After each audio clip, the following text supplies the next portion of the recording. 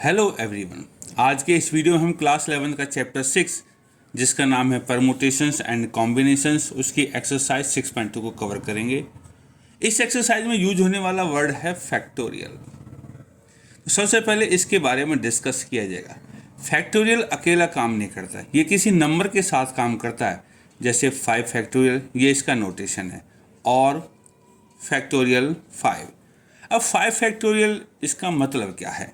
5 factorial का मतलब होता है 5 into 4 into 3 into 2 into 1 means 5 factorial है तो 5 1 से लेके 5 तक के नेचुरल नंबर का प्रोडक्ट। ऐसे ही 4 फैक्टोरियल का मतलब होगा 4 इंटू 3 इंटू 2 इंटू 1। तो इस तरह हम इसकी डेफिनेशन बना सकते हैं। डेफिनेशन क्या होगी? डेफिनेशन होगा कि n फैक्टोरियल के बारे में हम डिस्कस करेंगे। तो n फैक्टोरियल क्या है? Product of first n natural numbers, ये हो गया n फैक्टोरियल। तो n फैक्टोरियल को लिखेंगे कैसे हम? 1 2 3 4 इस तरीके से n-2 आएगा, उसके बाद n-1 आएगा, फिर जाके n आएगा। इनको हम रिवर्स ऑर्डर में भी लिख सकते हैं। अब एक चीज़ ध्यान देने वाली बात है, जैसे 5 फैक्टोरियल है। 5 फैक्टोरियल होता है 5 इंटू 4 इंटू 3 इंटू 2 इंटू 1। देखा जाए तो ये 4 नंबर का प्रोडक्ट है, तो इसको मैं क्या लिख सकता हूँ? 5 इंटू 4 फैक्टोरियल। इसको 5 इंटू 4, और ये 3 नंबर हैं, इंटू में 3 फैक्टोरियल भी लिखा जा सकता है। ये तो सिचुएशन के हिसाब से हम काम कर सकते हैं। अब एक इम्पोर्टेंट चीज़ और है कि 0 फैक्टोरियल होता है 1 के बराबर। ये याद रखना है, ये डिफाइन किया हुआ है कि 0 फैक्टोरियल इक्वल टू 1। इसको हम क्वेश्चंस में यूज करेंगे, और ये आया कैसे, इसको आगे की एक्सरसाइज में बताया जाएगा। तो चलिए शुरू करते हैं अब एक्सरसाइज नंबर 6.2। इसमें क्वेश्चन नंबर 1 में लिखा है इवेल्युएट। यहाँ लिखा है पार्ट नंबर 1 8 फैक्टोरियल। तो 8 फैक्टोरियल का मतलब है 8 into 7 into 6 into 5 into 4 into 3 into 2 into 1। और जब हम इन सबको मल्टीप्लाई कर लेंगे तो हमारा आंसर ये आएगा। इस तरह हमारा पार्ट नंबर 1 कंप्लीट हो जाता है। पार्ट नंबर 2 में लिखा है 4 फैक्टोरियल माइनस 3 फैक्टोरियल। तो 4 फैक्टोरियल कितना होता? 4 into 3 into 2 into 1 minus 3 factorial होगा हमारा 3 इंटू 2 इंटू 1।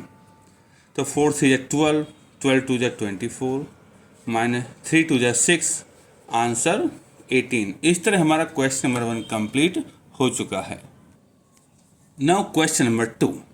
इसमें लिखा कि is 3 factorial plus 4 factorial equal to 7 factorial. तो हम चेक करते हैं। 3 फैक्टोरियल प्लस में 4 फैक्टोरियल, इसका मतलब है 3 इंटू 2 इंटू 1, प्लस में 4 फैक्टोरियल का मतलब है 4 इंटू 3 इंटू 2 इंटू 1। तो कितना हो जाएगा? 3 इंटू 2 6, 4 इंटू 3 12 इंटू 2 24 हो जाएगा, और ये हो जाएगा 30। Now 7 factorial. 7 फैक्टोरियल होगा 7 into 6 into 5 into 4 into 3 into 2 into 1, और इन सबको अगर मल्टीप्लाई करें तो 5040 आता है। तो ये तो था 3 फैक्टोरियल प्लस में 4 फैक्टोरियल, ये है 7 फैक्टोरियल, तो ये बराबर नहीं है। देयरफॉर 3 फैक्टोरियल प्लस में 4 factorial not equal to 7 factorial. This completes our question number 2। Now question number 3। इसमें लिखा कंप्यूट 8 फैक्टोरियल अपॉन में 6 फैक्टोरियल इंटू 2 फैक्टोरियल। तो देखो 8 फैक्टोरियल को हम क्या कर सकते हैं? 8 इंटू 7, और बाकी हम 6 5 4 3 2 1 लिखेंगे। तो इसको मैं सीधा 6 फैक्टोरियल लिख सकता हूँ। नीचे 6 फैक्टोरियल है, और 2 फैक्टोरियल को लिख सकता हूँ 2 इंटू 1। तो 6 फैक्टोरियल से 6 फैक्टोरियल पूरा कट जाएगा। तो 8 इंटू 7 हो जाएगा 56 अपॉन में 2, और आंसर आ जाएगा हमारा 28। This completes our question number 3। Question number 4।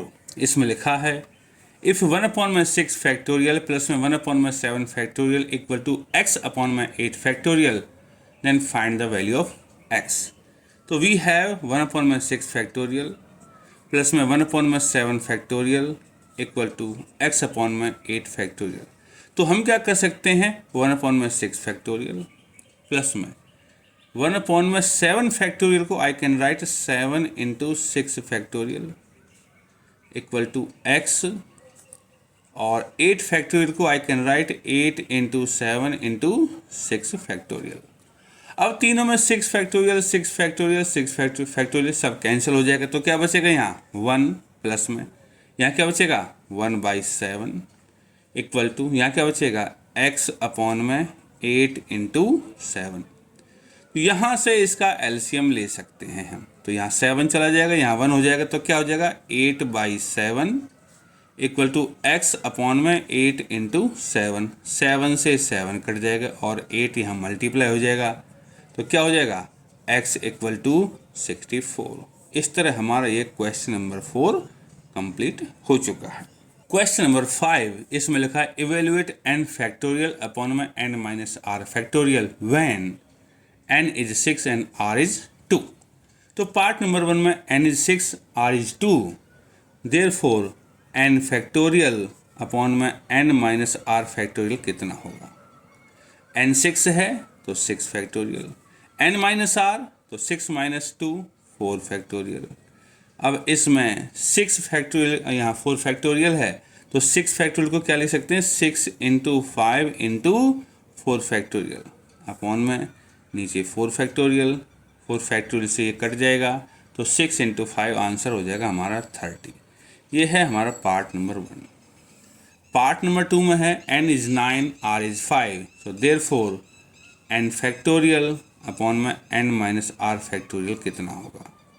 n 9 है सो 9 factorial, n minus r 9 minus 5 हो जाएगा 4 फैक्टोरियल।